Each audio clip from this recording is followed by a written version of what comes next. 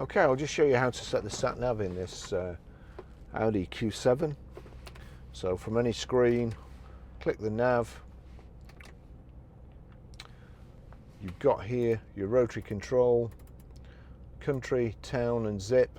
So zip obviously meaning postcode, an Americanism there. So we'll click on town and zip, and then it's the rotary control, which is really good.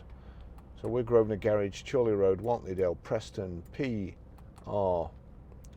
And then we need to go to numbers, which is down here. Select the numbers. 5 and PR50, we're PR54. So click onto PR54. And then we need the street.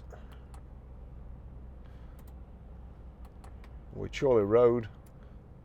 So as soon as I put the H in it, let's see. Oh, there we go. It's defaulted to Chorley Road, and end entry. And you see there it's defaulted to start route guidance.